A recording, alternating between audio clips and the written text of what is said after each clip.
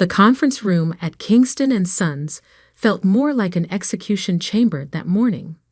5 pairs of eyes watched me with varying degrees of contempt as I sat at the far end of the mahogany table, my father's ultimatum still hanging in the air like poison. "The papers are quite straightforward, Alexandra," my older brother Marcus said, his voice dripping with that familiar condescension. "You sell your shares back to the family trust at the agreed-upon price. Clean break, everyone moves on." I looked down at the document before me, 20 pages of legal jargon that essentially erased my stake in Kingston Technologies, the company my grandfather had built from nothing. The company I'd helped transform from a struggling manufacturing business into a tech powerhouse over the last decade. And if I refuse, I asked, though I already knew the answer. Dad's fist hit the table hard enough to make his coffee cup rattle. "Then you're out. No family, no inheritance, no connections. You'll be completely cut off."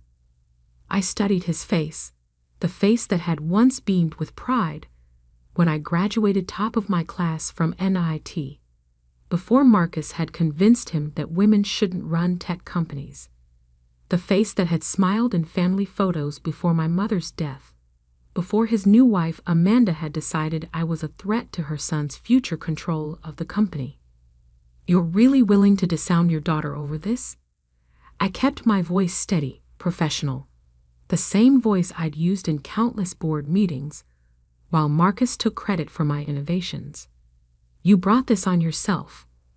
Amanda cut in, her perfectly manicured hand resting possessively on Dad's arm. "If you just played your role, accepted the position we offered."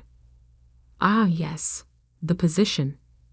Head of Community Relations, a fancy title for planning charity galas and looking pretty in press photos. Never mind my patents, my technical expertise, or the fact that I'd developed the quantum processing architecture that now powered Kingston's most profitable product line. "The price is more than fair," Marcus added, sliding a pen toward me. $10 million for your shares." Most people would jump at that offer. I picked up the pen, weighing it in my hand. $10 million for shares worth at least 50 times that amount.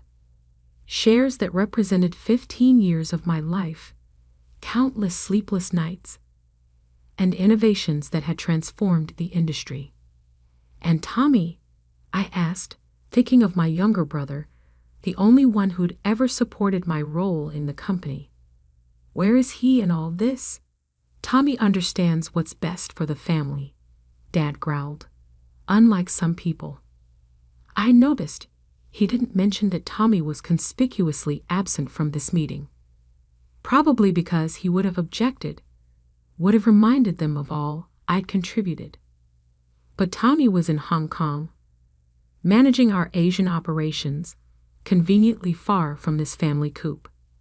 "The offer expires in 10 minutes, Marcus said, checking his Rolex, the same model he'd bought for all the board members last Christmas, using company funds, of course. "After that, we go with Plan B." Ah, yes, Plan B.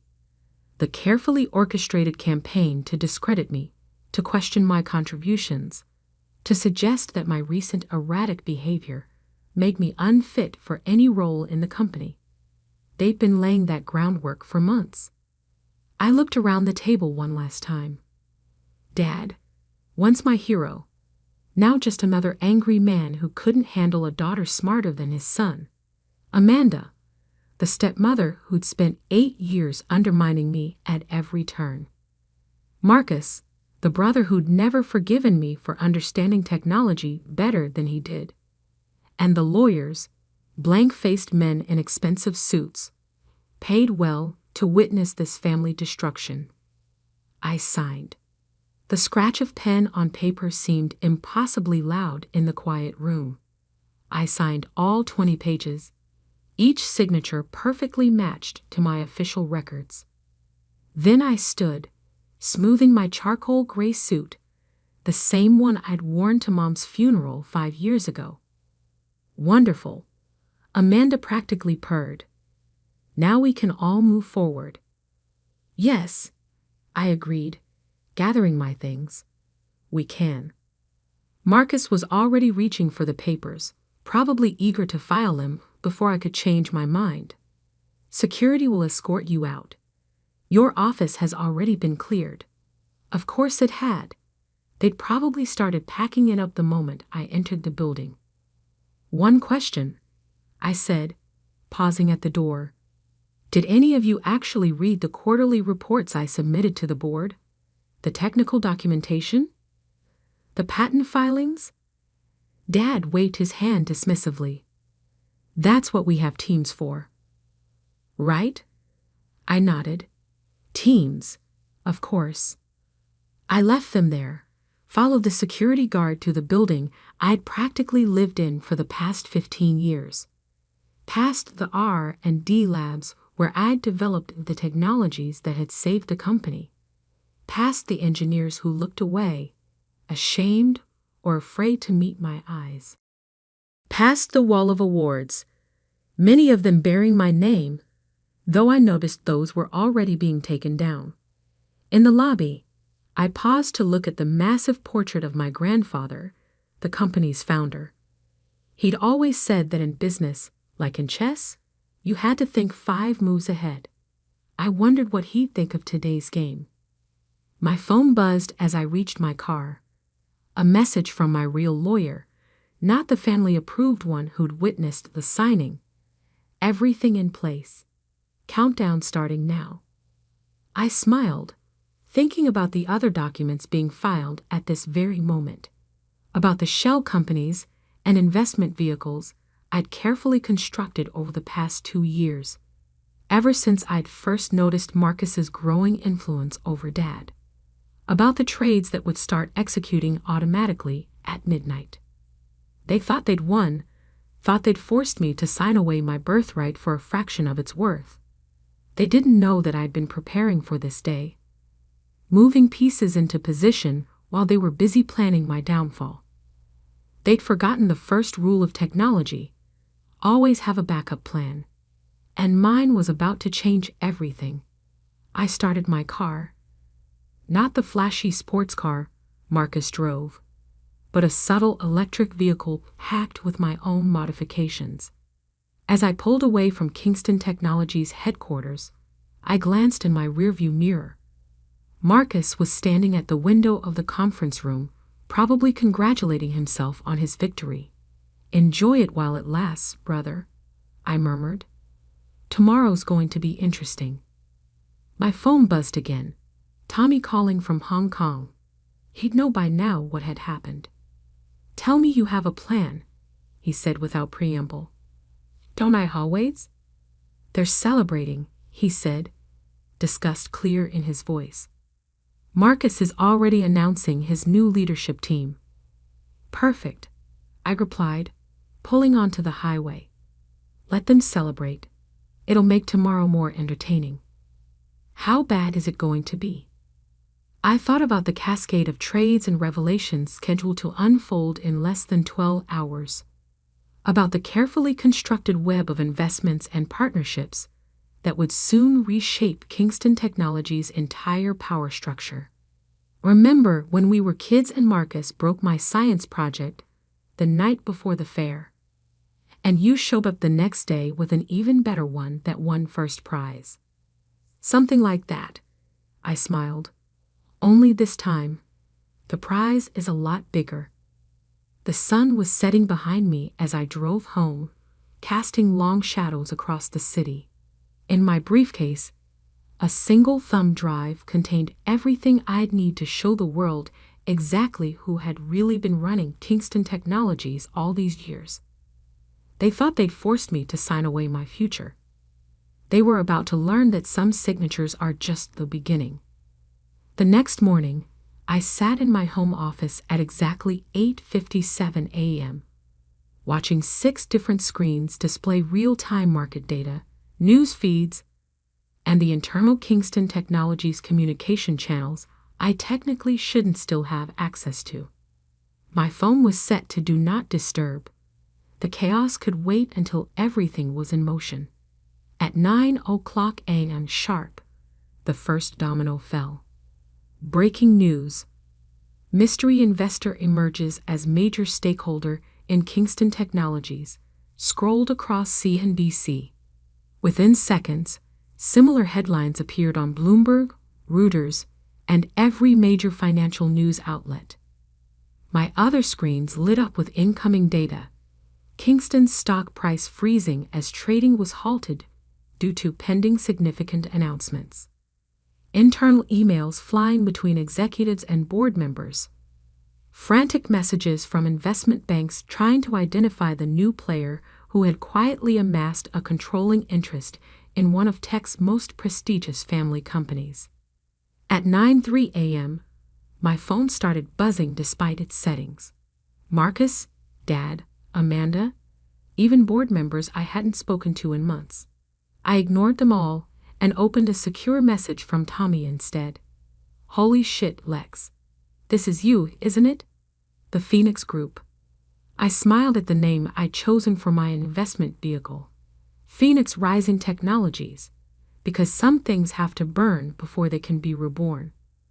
Watch the next announcement, I texted back. At 9:15 a.m., right on schedule, the second wave hit. Phoenix Group announces patent review of Kingston Technologies' core products. That's when the real panic started. My security system alerted me to someone at my front door. Through the cameras, I could see Marcus, his perfectly tailored suit already showing signs of stress, his face red with anger or fear, probably both. I let him pound on the door for exactly 5 minutes before remotely activating the exterior speakers. Go home, Marcus. I'm working. Working?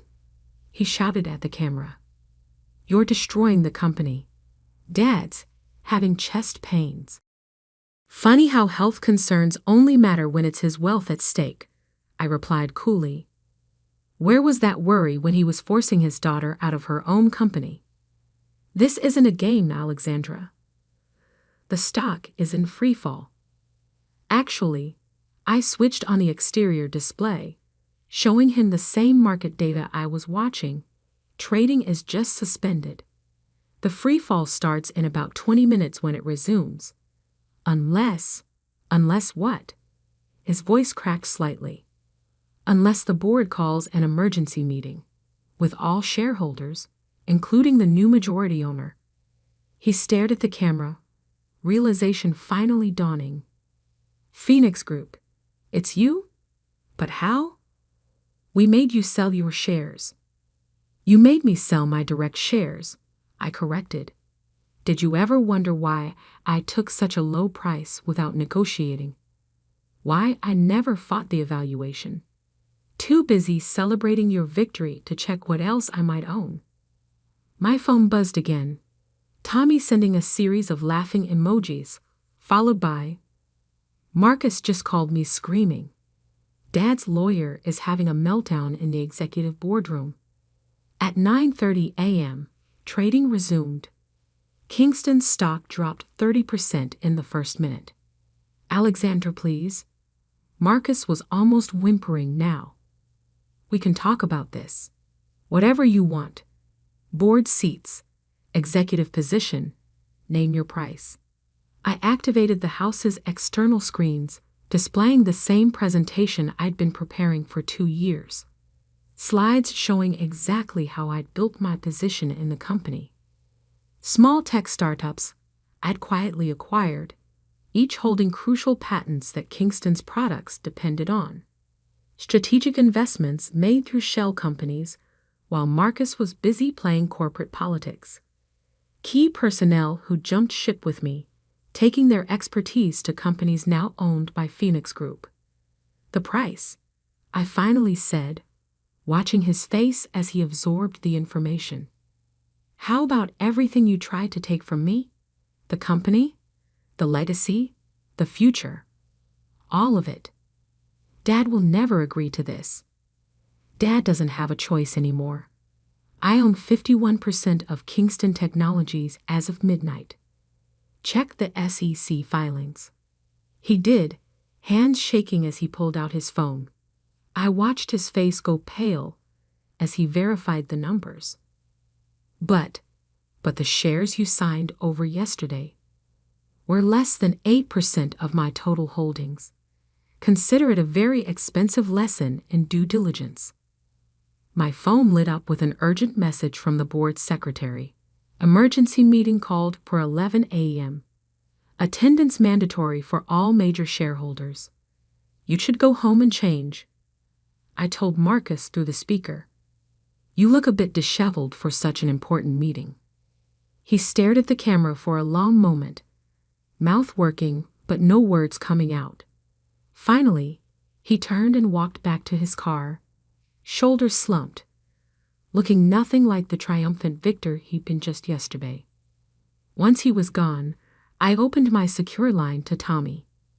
You're patched into the executive boardroom feed, he said without preamble. They're in complete meltdown. Amanda's already called 3 different lawyers. Dad's demanding to know how this happened. And you? Watching the best revenge plan in corporate history unfold while eating popcorn in Hong Kong. By the way, did you really buy that AI startup in Singapore last year just to get their patents before Kingston could? Among other things, I smiled, checking my other screens. The stock had stabilized at a 40% loss. Major clients were calling for reassurance about their contracts. Investment banks were scrambling to understand the new power structure. You know they're going to fight this, Tommy warned. Let them. I have one more card to play. At 10:45 a.m., I finally turned my phone back on. The messages were exactly what I expected. Threats, pleading, attempts at negotiation. But one caught my eye. A text from Mom's old assistant, Margaret. Your mother would be so proud. She always said you were the only one who really understood what power meant. I thought about Mom, about how she'd fought to keep her seat on the board, even while battling cancer. How she'd made me promise to never let anyone underestimate me just because I was a woman in tech. At 10:55 a.m., I got in my car to drive to the office. It was time to take back what was mine. And I wasn't done teaching them lessons about power. Not even close. The lobby of Kingston Technologies fell silent as I walked in at exactly 10:58 a.m. Employees who had ignored me yesterday now stared openly, phones discreetly recording as I crossed the marble floor in my signature black suit. Not the conservative corporate wear I'd been pressured to adopt, but the sleek, modern style that better reflected who I really was. Ms. Kingston, the security guard stammered, clearly unsure whether yesterday's ban was still in effect. The board, they're waiting. I know, I smiled, taking the security badge from my pocket. Not the one they'd deactivated yesterday, but a master key I'd created years ago. Another backup plan they'd never known about. The elevator ride to the top floor gave me time to check the latest developments on my phone. Kingston's stock was still suspended after dropping 40%. 3 major institutional investors had demanded emergency meetings, and #Kingston Crisis was trending on Twitter, with tech journalists piecing together the story of how an ousted daughter had orchestrated the biggest corporate takeover of the year. The boardroom doors opened to chaos. Dad was red-faced, shouting into his phone. Amanda sat rigid in her chair, 3 lawyers hovering around her.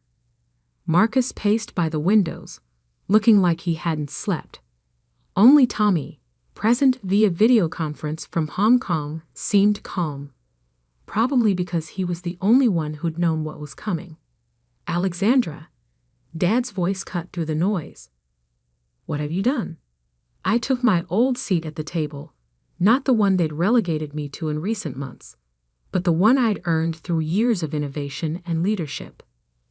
I protected my interests, I replied calmly, opening my laptop. Something you taught me to do, remember? By destroying the company, Marcus exploded. Our stock is worthless. Temporarily devalued, I corrected, which creates an excellent buying opportunity for investors who understand the company's true value.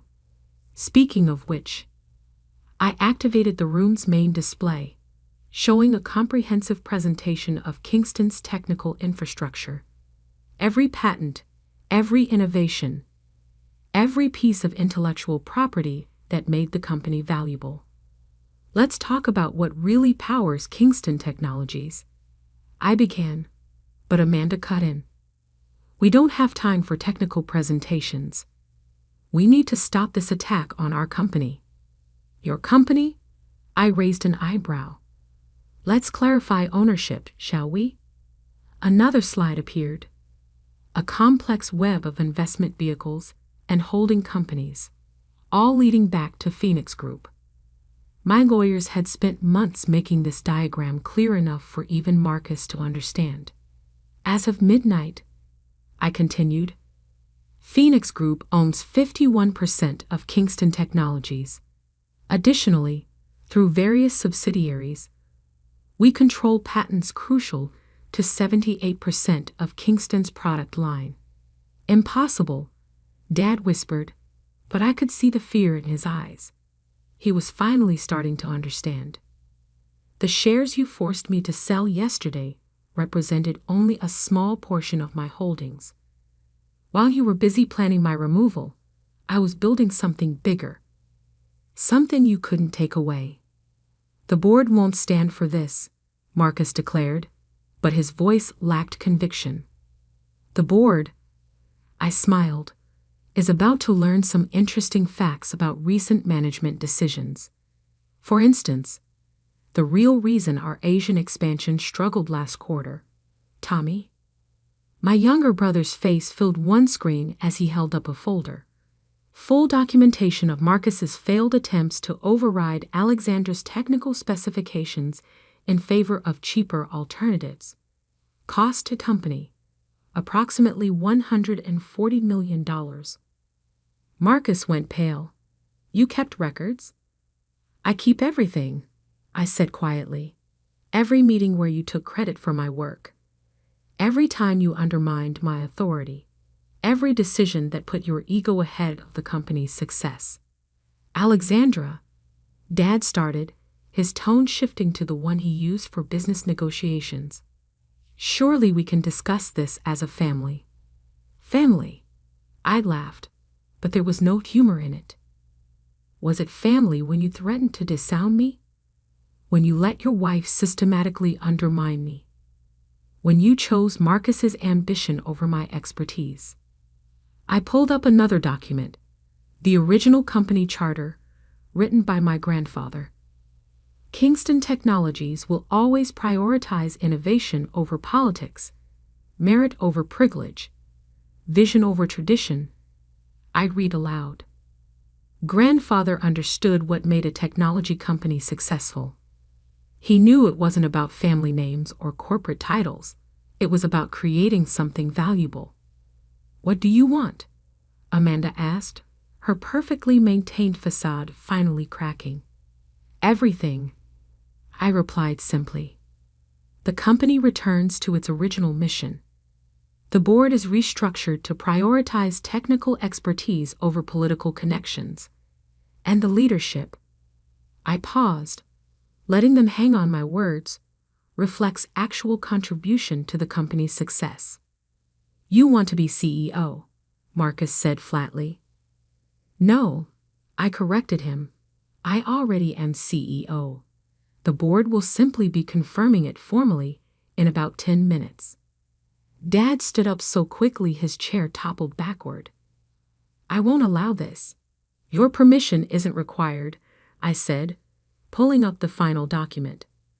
This is a shareholders' meeting, and I hold the majority. But before we vote, you should know one more thing. I activated the last screen, a live feed from the patent office. Remember that quantum processing architecture that powers our most profitable products.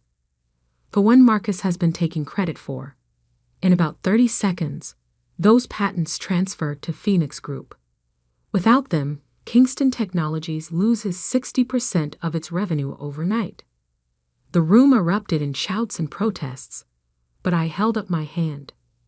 However, I continued once they quieted. I'm prepared to license those patents back to Kingston Technologies, under certain conditions. Name them, Dan said hoarsely. First, the company returns to its core values: innovation, merit, vision. Second, the board is restructured to include actual technical expertise. Third, I looked directly at Marcus. Everyone's contribution is properly credited and compensated. And if we refuse, Amanda challenged. I smiled, the same smile I'd given them yesterday when signing away my direct shares.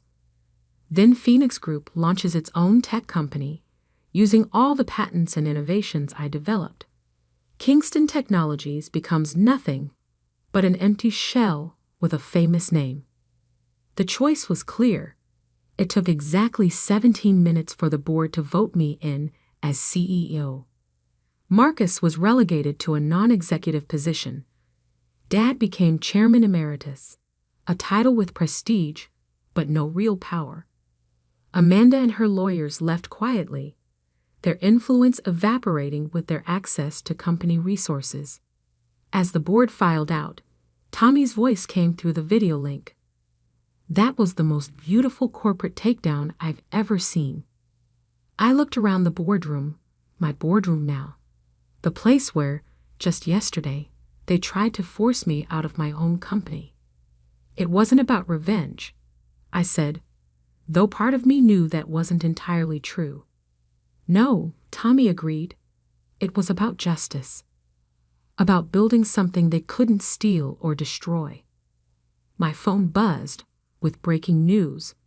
Kingston stock was trading again, now up 10% on news of the leadership change. The market, it seemed, approved of having an actual innovator in charge. Dad lingered at the door, looking older than I'd ever seen him. Your mother, he said quietly.